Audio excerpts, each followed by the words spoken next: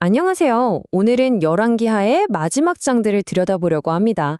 한 나라가 무너져 내리는 그 마지막 순간에 담긴 하나님의 준엄한 심판, 그리고 그 모든 폐허 속에서도 꺼지지 않는 희망의 불씨는 과연 무엇을 의미하는지 함께 깊이 파고들어 보겠습니다.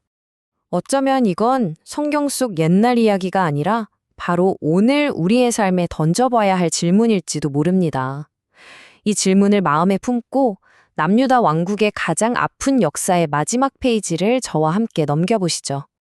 자, 그래서 오늘 우리의 여정은 성경의 기록을 따라 열왕기하 21장에서부터 25장까지 이어질 겁니다. 가장 깊은 어둠에서 시작해서 잠깐의 희망의 빛을 보다가 결국 피할 수 없는 심판을 맞이하고 또 그 폐허 속에서 발견되는 아주 작은 시옷까지 이 극적인 흐름을 같이 한번 따라가 보겠습니다. 우리의 이야기는 유다 역사상 가장 길고 또 가장 어두웠던 밤에서 시작됩니다.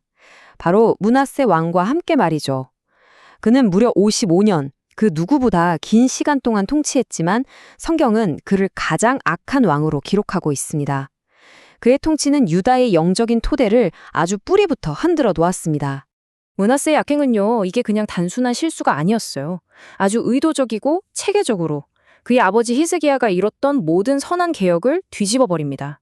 하나님만 섬기겠다고 약속했던 곳들을 다시 우상 숭배의 소굴로 만들었고, 심지어는 상상이나 할 수 있겠어요? 하나님께서 당신의 이름을 영원히 두시겠다고 한 바로 그 성전 안에 우상의 제단을 세웁니다. 이건 언약 관계의 근간을 파괴하는 행위였죠. 결국 하나님께서 므낫세의 죄에 대해 정말 무서운 심판을 선언하십니다. 열왕기하 21장 13절에 이 말씀처럼 말이죠. 그릇을 씻어서 엎어버린다. 이 표현 하나만 봐도 하나님의 진노가 얼마나 단호했는지 알 수 있죠. 유다의 운명이 이미 기울었음을 보여주는 예언이었습니다.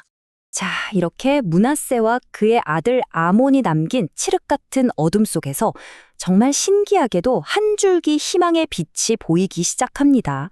겨우 8살의 어린 소년 요시야가 왕위에 오르면서 말이죠. 그의 통치는 한 세대가 쌓아올린 죄악의 탑을 무너뜨리려는 거룩한 몸부림 그 자체였습니다. 요시야는요, 이 무너진 신앙의 기초를 다시 세우기 위해 가장 먼저 성전 수리부터 시작합니다. 바로 그곳에서 그 먼지 더미 속에 파묻혀 있던 유다의 운명을 바꿀 만한 정말 위대한 발견이 이루어집니다. 발견된 것은 다름 아닌 하나님의 율법책이었습니다. 여러분, 이게 그냥 오래된 책 한 권이 아니잖아요. 하나님과 이스라엘 사이의 언약, 그들의 정체성이자 삶의 기준 그 자체인데, 아니 대체 나라가 얼마나 하나님에게서 멀어졌으면 그분의 말씀이 당신의 집에서조차 잊힌 채 먼지에 쌓여 있었을까요? 정말 생각할수록 가슴 아픈 장면입니다. 자, 그런데 요시야의 반응을 한번 보세요. 핑계를 대거나 무시하지 않았습니다. 말씀을 듣자마자 그 자리에서 곧바로 옷을 찢으며 회개합니다. 이건 정말 이전 왕들에게서는 볼 수 없었던 진실되고 즉각적인 마음의 반응이었어요. 여선지자 훌다를 통해 전해진 하나님의 메시지는 참 흥미롭게도 두 가지였습니다.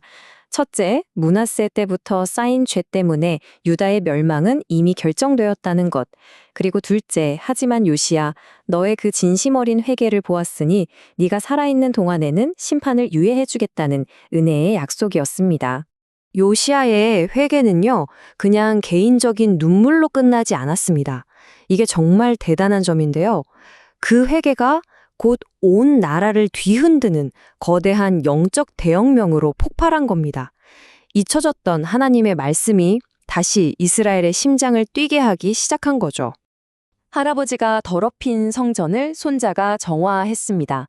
한 지도자의 마음이 하나님을 향할 때와 등을 돌릴 때에 나라의 운명이 어떻게 이렇게 극명하게 갈리는지 똑똑히 보여주는 장면입니다. 리더의 영적 방향성이 공동체 전체에 미치는 영향이 얼마나 강력한지 알 수 있죠. 요시야의 개혁은 그야말로 철저했습니다. 그냥 보여주기식이 아니었어요. 백성들과 함께 언약을 새롭게 하는 것에서 시작해서 성전 깊숙이 박혀있던 우상의 기구들을 다 불사르고 수백 년 된 베델 제단을 파괴하면서 오랜 예언을 성취하기까지 그는 우상 숭배의 흔적을 아주 뿌리채 뽑아내려고 했습니다. 성경은 요시야에게 전무후무한 왕이라는 최고의 찬사를 보냅니다. 그런데 말이죠. 바로 여기에 이 이야기의 비극적인 아이러니가 숨어 있습니다. 그의 그 위대한 노력조차도 므낫세 시대부터 너무나 깊이 뿌리내린 죄악의 무게와 그로 인한 하나님의 진노를 완전히 돌이키지는 못했다는 사실입니다. 한 사람의 순종이 심판을 잠시 미룰 수는 있었지만 여러 세대에 걸친 불순종의 결과를 없앨 수는 없었던 거죠. 결국 요시야가 전장에서 비극적인 죽음을 맞이한 후 유다의 마지막 빛은 꺼지고 맙니다. 당시 국제 정세 속에서 유다의 마지막 왕들은 하나님의 뜻을 구하지 않고 어리석은 선택을 반복했고요. 결국 약속되었던 심판의 소용돌이 속으로 빠르게 빨려 들어가게 됩니다. 요시야의 죽음은 마치 둑이 무너지는 것과 같았습니다. 그의 아들들은 그의 길을 따르지 않았고 바벨론에 대한 반역과 1차 포로, 그리고 또 다른 왕의 마지막 반역이 숨가쁘게 이어지면서 유다는 걷잡을 수 없이 멸망으로 치달았습니다. 결국 성경은 유다 멸망의 핵심 원인을 다시 한번 분명히 밝힙니다. 이 모든 비극은 하나님의 말씀이 반드시 성취된다는 증거였습니다. 여러 세대에 걸쳐 회개하지 않은 죄, 특히 므낫세의 죄에 대한 심판은 지연되었을 뿐 결코 취소되지 않았던 겁니다. 이제 우리는 유다 왕국의 비극적인 최후, 예루살렘과 거룩한 성전이 완전히 파괴되는 순간에 도착했습니다. 하나님의 백성이 하나님의 땅에서 쫓겨나고 하나님의 집이 이방인의 손에 무너지는 참으로 참담한 순간이죠. 바벨론 군대는 도시 전체를 불태웠습니다. 그리고 그 중심에는 하나님의 임재의 상징이었던 성전이 있었습니다. 수백 년간 이스라엘 신앙의 심장이었던 곳, 하나님께서 그 백성과 만나시던 장소가 완전히 잿더미로 변하는 상상할 수 없는 참혹한 순간이었습니다. 정말 모든 것이 끝난 것처럼 보였을 겁니다. 다윗에게 주셨던 영원한 왕국의 약속도, 아브라함에게 주셨던 땅의 약속도 모두 실패한 것처럼 보였겠죠? 바로 그 완전한 절망의 순간, 열왕기하는 예상치 못한 하나의 사건을 기록하며 막을 내립니다. 모든 것이 끝났다고 생각되는 바로 그때, 이 놀라운 은혜의 사건이 기록됩니다. 바빌론의 왕이 포로였던 유다 왕 여호야긴을 풀어주고 그의 자리를 높여주었다는 거죠. 이게 뭘 의미할까요? 모든 것이 무너진 폐허 속에서도 다윗 왕에게 주셨던 약속, 그 혈통을 향한 하나님의 신실하심이 꺼지지 않고 보존되고 있었다는 겁니다. 오늘 우리는 여호야긴 왕에게 베풀어진 이 작은 희망의 불씨가 결국 다윗의 언약을 지키시는 하나님의 더 큰 이야기로 이어진다는 것을 보게 됩니다. 이 멸망은 끝이 아니었습니다. 오히려 모든 것을 회복시키실 하나님의 신실한 계획의 일부였음을 기억하게 하는 마지막 질문이죠.